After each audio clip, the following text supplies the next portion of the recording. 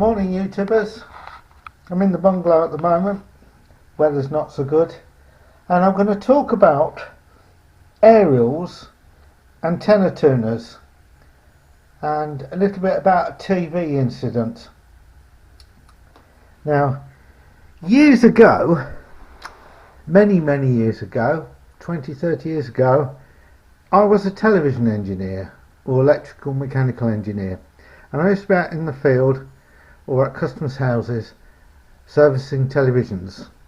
And one day I was working on this back of this TV, and here's a rough representation of a television and the TV aerial, and I had to unplug the TV aerial to get at the inside of the television, and as I removed the coax there was a spark about 6 to 8 inches long leapt from the connector back to the television, and basically it was a static discharge.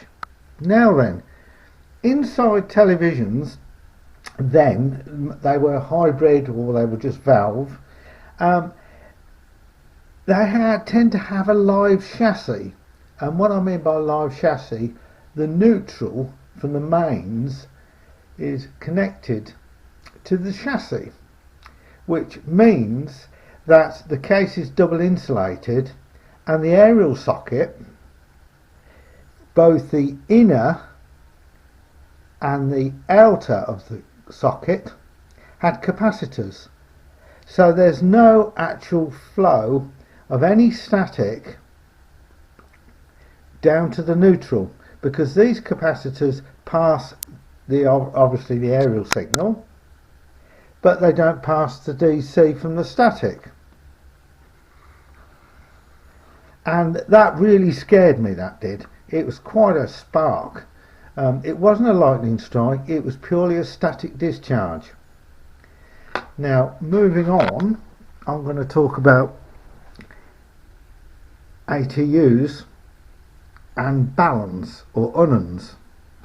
Right, let's just get me piece of paper uncovered.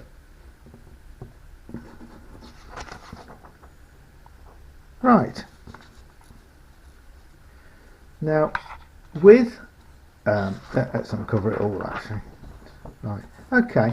Let's take a vertical antenna here.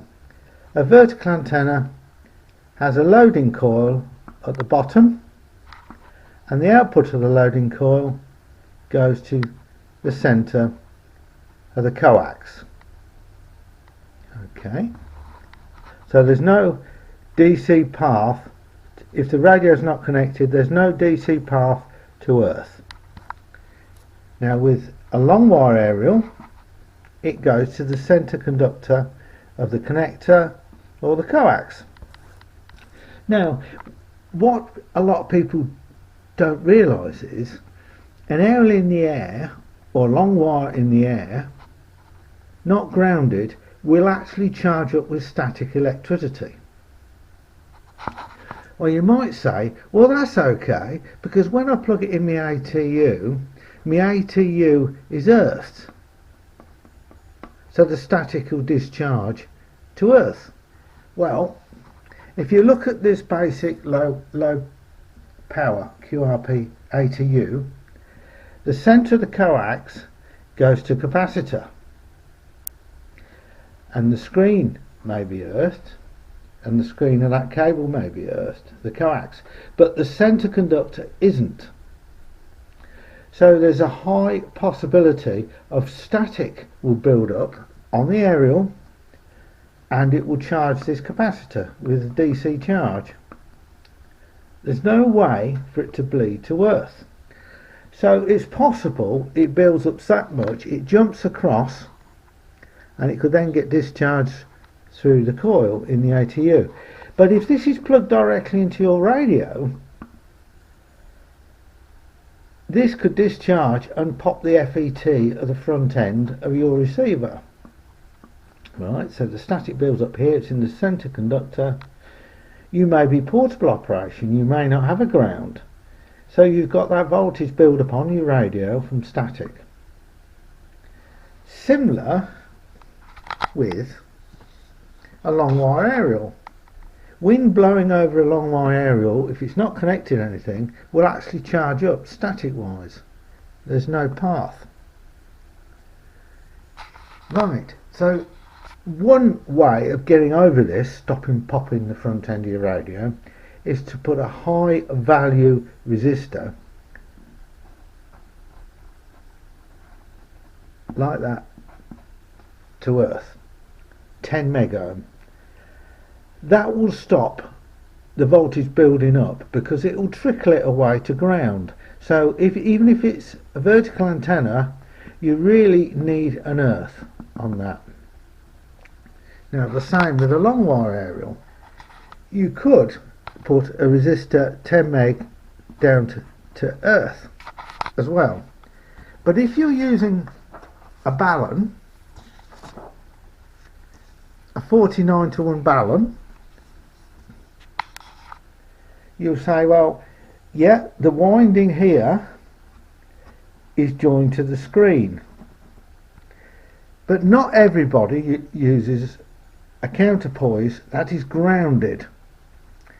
And my advice here again is definitely put on your counterpoise at least 110 peg electrically into the ground, because it stops the build-up of static. If you haven't got a counterpoise here, you've got whatever static electricity is built up here can go down the centre of your coax, because it can come down here, down there, down there, if you haven't got a ground connection on your balun.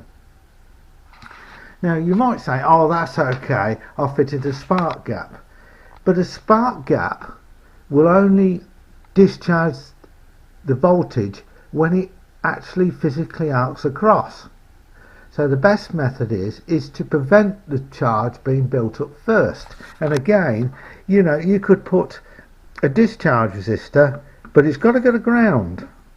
It's no good, you know, just relying on your radio, because your radio might be battery powered and it's the case of that's going to charge up. So in both cases of whether you've got a 49:1 or an ATU, you need a 10 meg or 1 meg resistor. Now because the 10 meg or 1 meg is across a 50 ohm end of the aerial, it doesn't really affect it that much at all in terms of SWR. So just think about this. Vertical antenna, loading coil, goes straight to the centre of your coax. Your screen may be earthed, but the centre isn't, so you need a resistor to earth or resistor from inner to outer of your coax. Same with these ATUs, which has got a capacitor in series. You really need a discharge resistor to bleed away any static. Otherwise, you know, you're going to get problems. You're going to pop your lovely 500 quid radio front end if you get static.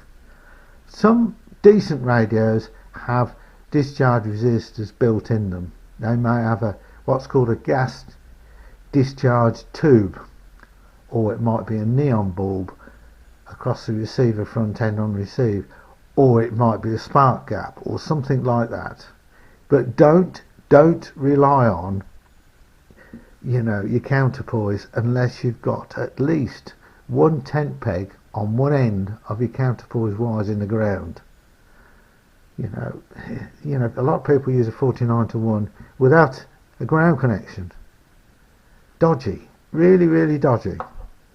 So I'm not sure if I'm telling people to suck eggs, but having a bad experience with a TV aerial, disconnecting it in somebody's house with this arc coming across from the aerial wire, shocking, you know, literally shocking. So thanks for watching. Please subscribe to my videos, and yeah, I hope I'm not teaching you to suck eggs. You know, you should know this, but there's very few people actually talk about this. I've not watched a single video talked about static discharge. So thanks for watching. Please subscribe and like.